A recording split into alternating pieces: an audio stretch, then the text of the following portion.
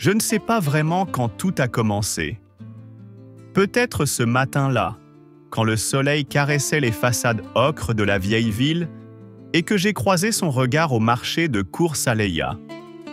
Il peignait, debout, concentré, le pinceau tremblant au bout des doigts taché de bleu. Je me souviens avoir pensé « Voilà quelqu'un qui regarde le monde autrement ». J'étais venu pour écrire un article sur la renaissance artistique de Nice.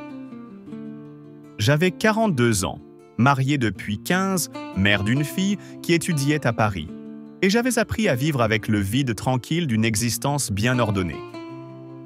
Mon mari, Paul, était avocat. Brillant, stable, prévisible. Trop peut-être. Lui, Alejandro, avait 27 ans. Il était venu d'Espagne avec une bourse d'art, vivait dans une petite chambre à Villefranche-sur-Mer et peignait la mer chaque jour comme si elle lui parlait. Il m'a souri sans rien dire, en essuyant la peinture sur son jean. Et ce sourire, il a traversé quelque chose en moi, quelque chose que j'avais cru mort depuis longtemps.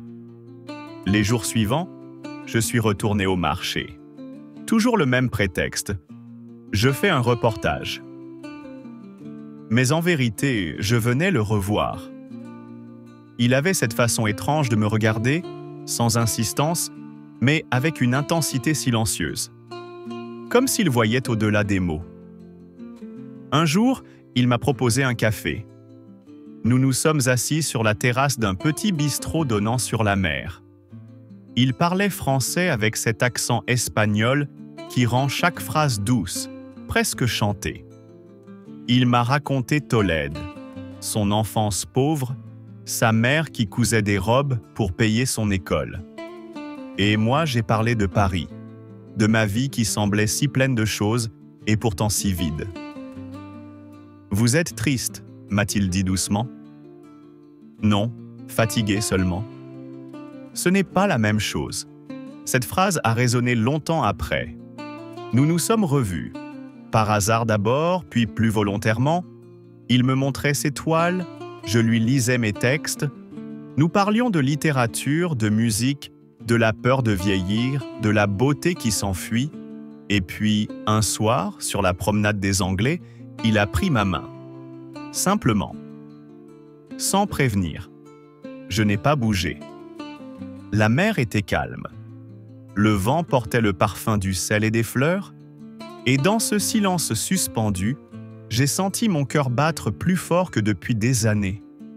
C'était insensé, c'était interdit, mais c'était vivant. Les semaines ont passé. Nous nous retrouvions dans un petit atelier près du port. Il peignait, moi j'écrivais. Parfois, il me regardait longtemps, puis disait « Quand je peins vos yeux, j'ai peur d'oublier la couleur du ciel. » Nos conversations sont devenues plus rares, remplacées par des silences lourds et brûlants. Je savais que je franchissais une limite, mais je n'ai pas résisté. Une nuit, après un orage, je suis venu chez lui. Nous n'avons presque pas parlé. Le monde dehors n'existait plus. Il y avait seulement sa peau, son souffle, et cette certitude folle que j'étais encore capable d'aimer. Les jours suivants, j'ai tout remis en question. Mon mariage, ma carrière, moi-même. Paul a commencé à remarquer mes absences, mes silences. Il a posé des questions auxquelles je ne savais plus mentir. Un soir, il a dit « Tu n'es plus ici, Clarisse. Ton regard est ailleurs. » Je n'ai rien répondu. L'été avançait. Alejandro devait retourner en Espagne. La veille de son départ, nous nous sommes assis sur la plage. Il a dit « Si tu viens, on recommence tout.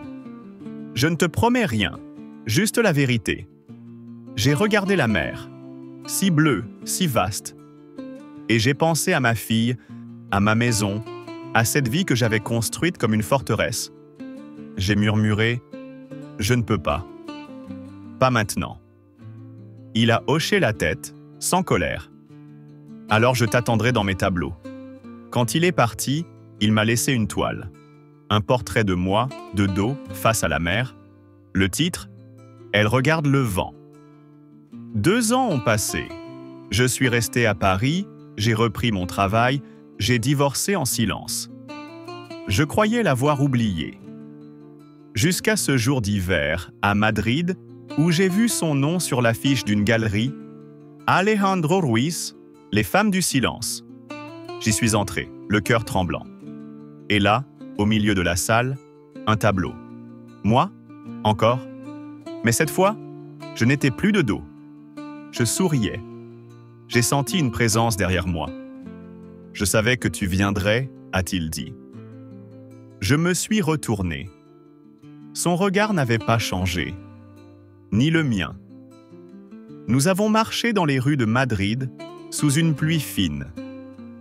Il m'a dit qu'il n'avait jamais cessé de peindre la mer, parce qu'elle lui rappelait mes yeux. Et moi, j'ai compris que parfois, la vie te donne une seconde chance, mais seulement quand tu cesses de la chercher. Ce soir-là, nous avons pris un train pour Séville. Sans plan, sans bagage, juste cette certitude fragile mais vraie, nous étions enfin libres. L'amour ne se mesure pas en années, mais en battements de cœur.